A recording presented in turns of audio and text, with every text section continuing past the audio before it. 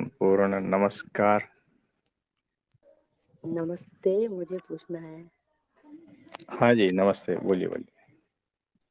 आपने जो पोस्ट डाली ना अपने चैनल पर, उसमें आपने लिखा है, हुँ, जब खेल, खिलौने और खेलने वाले हाँ, ये तीनों ही एक सूत्र में होते हैं, तब ही हाँ। परमात्मा का आनंद बहता है, तभी परमात्मा तुम्हारे भीतर से नाचता है। तो इस पे बताइए कैसे? तो हमने ये पोस्ट डाला तो आपको कोई ऐतराज़ तो नहीं है ना? नहीं, ऐतराज नहीं है, अच्छा है। ठीक है, कोई बात नहीं। तो देखो, इसका मीनिंग ये होता है कि खेल जो है ना, खेल तभी कहा जा सकता है जब खेलने वाला भी रहेगा। मुझे बताओ, अगर खेलने वाला है, वो स्थिर बैठ जाएगा तो खेल कहलाएगा क्या? नहीं। नहीं। यानी खेल में खेलने वाला शामिल है ना? और खिलौना भी शामिल है, कुछ ऑब्जेक्ट जिसकी वजह से खेल चल रहा है वो भी शामिल है। यानी तीनों एक ही साथ में है क्या? नहीं, बताओ। जी। जब तीनों अलग अलग हो जाते हैं तो कुछ भी नहीं बचता। तो जो खेल बंद हो जाता है तो उसको खेल तो नहीं कहेंगे ना। और जी। जब खिलौना साइड में रह जाएगा तो उसको कुछ और कह सकते हैं। और खेलने वाला जब साइड में हो जाएगा तो वो नॉर्मल इंसान हो गया ना।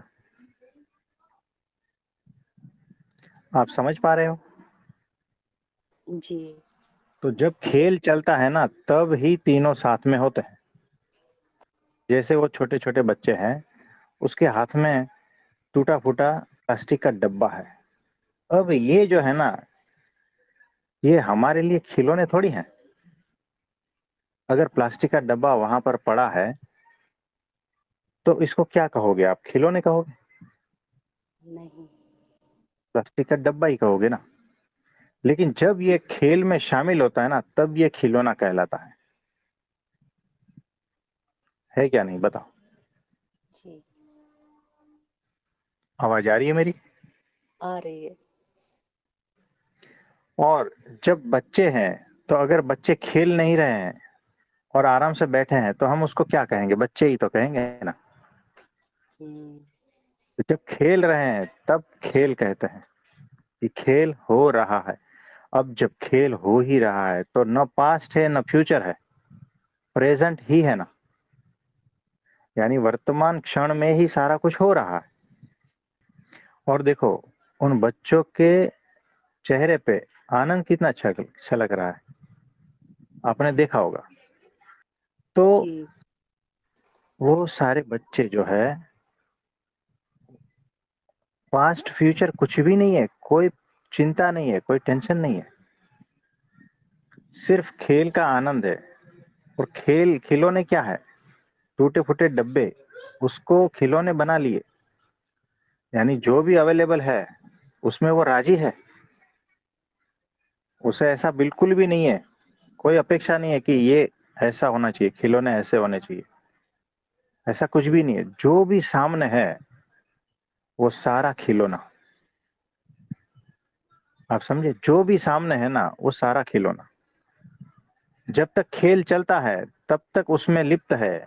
जैसे ही खेल बंद, खिलौना अपनी जगह पे। फिर उससे कोई अटैचमेंट नहीं। आप समझ पा रहे हो? यानी ये जो जीवन है जब तक चल रहा है चल रहा है, कोई अटैचमेंट नहीं। जो भी सामने है वो सारा खिलौना ही है, उससे कोई ऐसा अटैचमेंट नहीं है। जब तक उसमें है तब तक लिप्त है, जब वो अलग तब सब अलिप्त। ये संदेश देना चाह रहे हैं वो छोटे छोटे बच्चे हैं। तो जब ये तीनों एक सूत्र में होते, एक साथ होते हैं ना, तब परमानंद बरसता है। तब परमात्मा उसके भीतर से बहता है, नाचता है। वो अस्तित्व का धुन, संगीत, सब कुछ उसके भीतर से बहता है, बजता है। तो कभी भी किसी भी चित्र को या घटना को ध्यान से देखना कि वो क्या संदेश देना चाह रहा है। तो जैसे जैसे कुछ क्लिक होगा ना आपके भीतर से, वैसे वैसे आपकी चेतना का स्तर बढ़ेगा। आप होश में आते जाओगे, साक्षी होते जाओगे और स्व में स्थित होते जाओगे। तो जीवन जीने वाला ये वैसा ही है। जब इस तरह से जीवन जीता है ना, प्रेजेंट मोमेंट में, आनंद बरसेगा। पास्ट फ्यूचर भूल जाना। ठीक है, संसार व्यवहार है तो उतनी देर तक ठीक है, लेकिन आनंद में तो रहो। मुझे बताओ, कहीं उसे के पैसे लगते हैं आनंद के? नहीं। ये छोटे बच्चे हैं, अगर प्लास्टिक के टूटे फूटे डब्बे नहीं भी रहेंगे तो ये किससे खेलेंगे बताओ? पत्थर से खेल सकते हैं? हाँ, वो तो कुछ भी ढूंढ लेंगे खेलने के लिए। कुछ भी ढूंढ लेंगे, इसका मतलब क्या हुआ पता है आपको? हम्म। उसको सिर्फ और सिर्फ आनंद चाहिए और कुछ नहीं चाहिए। उनके भीतर एनर्जी है, वो बहना चाह रही है। वो धूल मिट्टी में भी खेल लेंगे अगर पत्थर नहीं रहेंगे तो। आप कभी भी ऑब्जर्व करना, छोटे छोटे बच्चे हैं ना, कुछ ना कुछ ढूंढ ही लेंगे। आनंदित होने के लिए कुछ ना कुछ ढूंढ लेंगे। और हम इतने बड़े हो गए, मैंने देखे लोगों के घर में 20-20 लाख का टीवी, इतना बड़ा, और इटालियन मार्बल नीचे फ्लोरिंग, है ना, और सारी चीजें इंपोर्टेड, सब कुछ। और घर में बैठे हैं ऐसे मुंह लटकाए।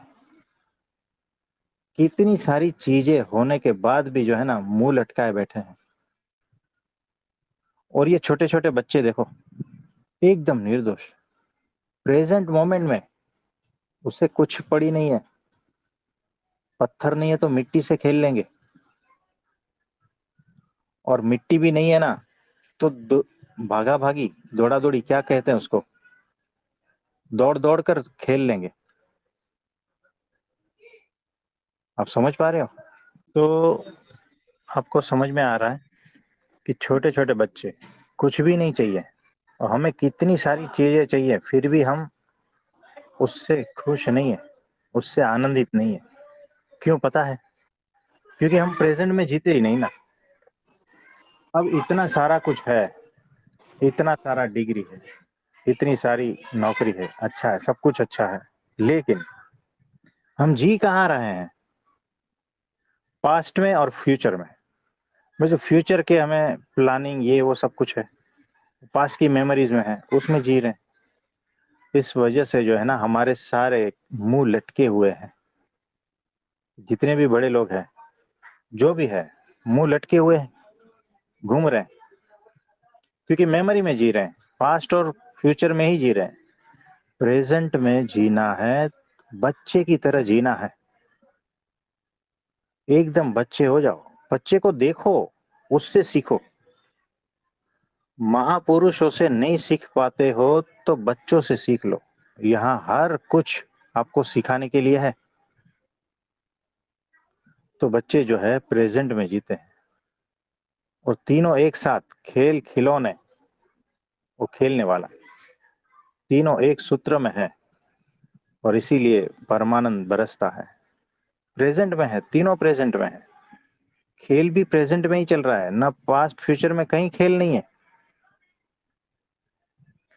अगर ये सारा अस्तित्व इस तरह से देखा जाएगा ना, तो एक खेल ही चल रहा है, एक लीला ही चल रही है, जिसका कोई पर्पस नहीं है। आप किसी भी बच्चे को पूछ लो, ये तू पत्थर से जो कर रहा है उसका पर्पस क्या है? बस यूं ही मौज के लिए खेल रहा है। एक छोटा बच्चा टूटा फूटा डब्बा लेकर दौड़ा दौड़ी कर रहा है, भागम भाग कर रहा है, क्या पर्पस है? और हंस रहा है, खेल रहा है, क्या पर्पस है? कुछ भी नहीं।